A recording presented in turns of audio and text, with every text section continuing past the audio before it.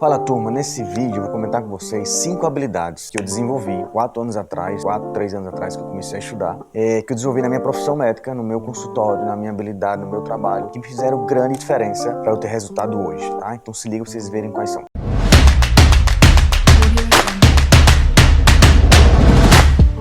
Turma, a primeira habilidade, e essa não é só para medicina, mas eu acho que para a vida, eu comentei já algumas vezes, chama-se inteligência emocional, chama-se o autoconhecimento.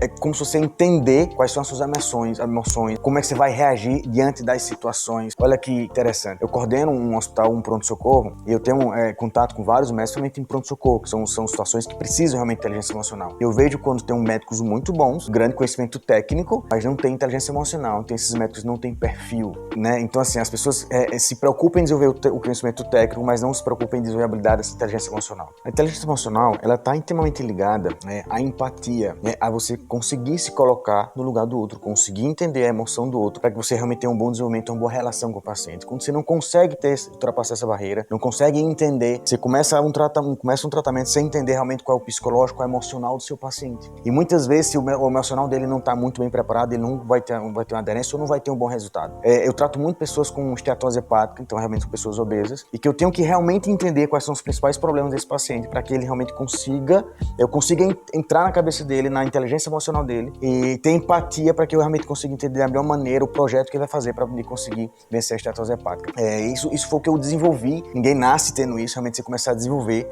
Como, Lucas, você desenvolveu? Meditações, a leitura de alguns livros, né? Yoga, tá? Então comecei realmente a trabalhar a mente, né? Trabalhar realmente, principalmente meditação, afirmações positivas, e que eu comecei a desenvolver algumas habilidades e comecei a desenvolver realmente essa inteligência emocional. Lucas, é da noite pro dia? Óbvio que não. Todo dia eu faço uma retrospectiva do dia anterior, a qual eu tive uma atitude que não foi bacana, a qual eu tive uma atitude que não foi racionalmente inteligente, não foi com realmente uma maturidade emocional, e eu começo a reformular, reprogramar essas minhas atitudes. Então, essa é uma primeira habilidade que eu desenvolvi e desenvolvo ainda hoje e tem feito uma grande diferença. Bom, a outra habilidade é tecnologia. Quando eu comecei realmente a ter aptidão pela minha área, que é medicina interna, né, clínica médica, a área que eu atuo, né, aquela área que realmente atende pacientes que se internam, pacientes que entram no hospital com patologias clínicas, eu percebi que o futuro realmente era tecnologia. Então eu uso várias situações, por exemplo, aplicativos, a qual eu realmente consigo ter uma maior gama de sintomas e sinais, com uma maior gama também de pós-diagnóstico, consigo realmente ter maior conhecimento na minha frente. Eu consigo fazer acompanhamento com pacientes por alguns aplicativos, né, internet,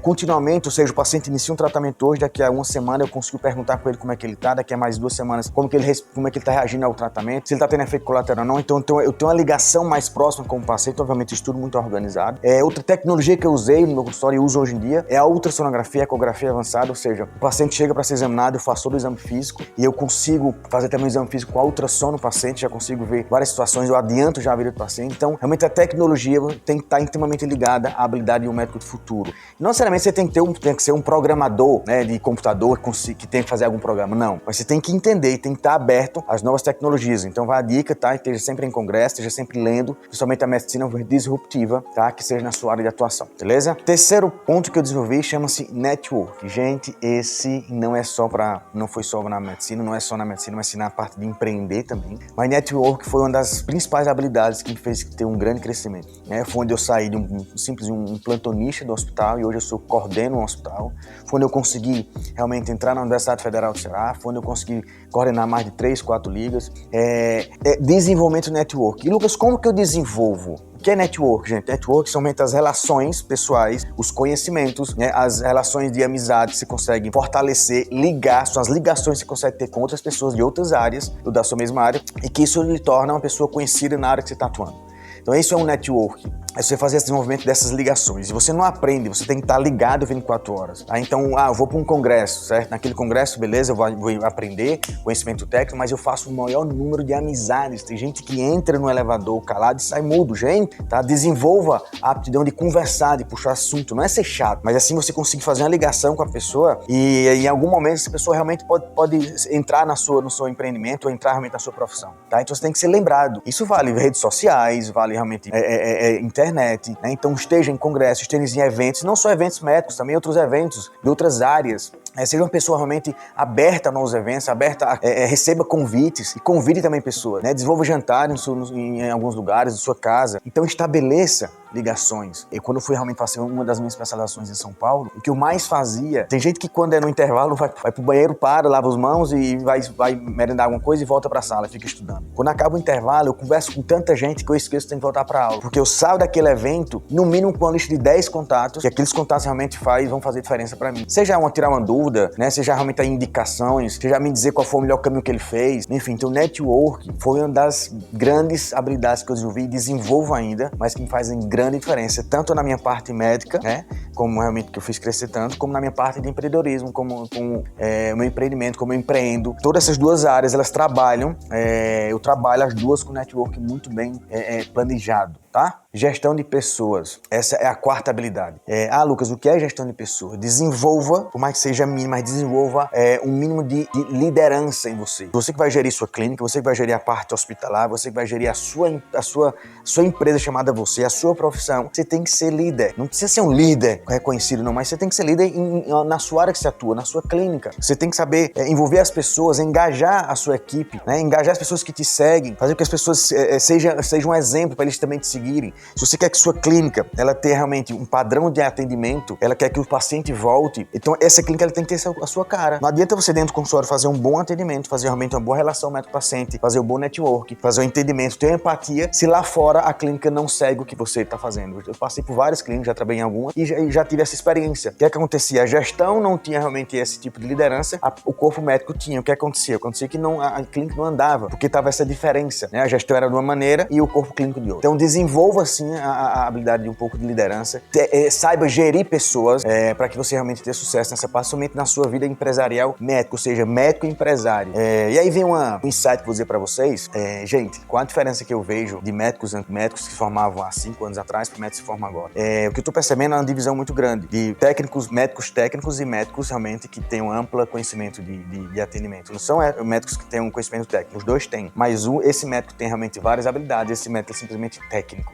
Ele vai, senta no consultório e atende. Esse médico realmente, por mais que ele seja bom tecnicamente, ele vai ter grande dificuldade de que realmente tenha um bom sucesso nessa parte de envolvimento com os pacientes. Gente, a quinta habilidade que eu desenvolvi chama-se flexibilidade de cognição, que é o pensamento crítico. Eu não aceitei no início quando eu comecei realmente a desenvolver, a planejar a minha carreira, eu não aceitei o que todo mundo me dizia. Você tem que seguir esse caminho, fazer isso, fazer aquilo, dessa maneira, nessa especialidade. Não segui. Eu tive um pensamento crítico, eu segui o que eu queria atuar, como eu queria. Por mais que fosse bem diferente que as outras pessoas, colegas médicos ou realmente alguns outros professores me indicavam. Mas eu tive um pensamento crítico, tá? Eu tive realmente uma flexibilidade de cognição. E outra parte você pode usar muito, que eu uso muito, por exemplo, o paciente hoje em dia, ele não vem mais perguntando qual é o tratamento, ele vem dizendo qual é o tratamento e qual é o diagnóstico dele. Então ele já vem, geralmente, ele já procura na internet, então já vem com muitas perguntas. Você tem que ter um pensamento crítico, cognitivo bem estabilizado, ou seja, bem flexível, aliás, para que quando o paciente chegar com o tratamento, com o diagnóstico, você consiga entender realmente a dúvida dele e conseguir ajustar pelo que for realmente que você está pensando.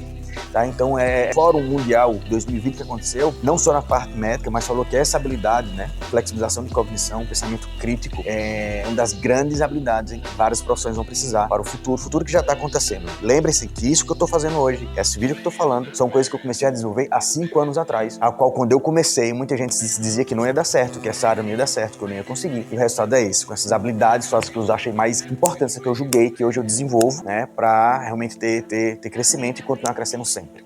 Outro ponto importante é a capacidade de resolver problemas. Também envolve a flexibilidade de cognição. O paciente ele chega, muitas vezes, não só com a parte fisiológica, só física, mas também a parte psicológica. Você tem que ter a capacidade de resolver. O médico que coordena um pronto-socorro, coordena uma clínica, ele tem que ter a capacidade de resolver problemas. Inclusive, gente, deixa eu dar uma dica pra vocês. Quer ter sucesso, tá? Se realmente quer ter crescimento na tua área, seja qual for, tá? Seja na parte médica, seja qual for a sua especialidade, resolva problemas.